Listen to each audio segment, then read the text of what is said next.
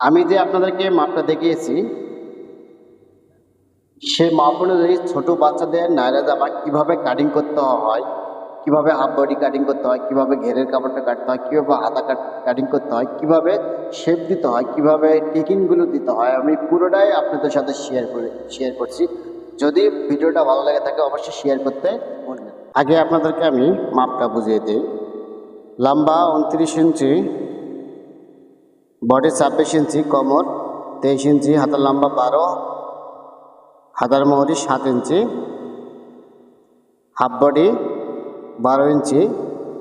আমি যেভাবে কাস্টমারের কাছ থেকে নায়রা জামাটার মাপটা নিয়েছি সেমভাবে আমি আপনাদেরকে বুঝিয়েছি। এই মাপ অনুযায়ী কীভাবে ছোট বাচ্চাদের নায়রা জামা কাটিং করতে হয়, কিভাবে শেপ দিতে হয়, তার গঠন অনুযায়ী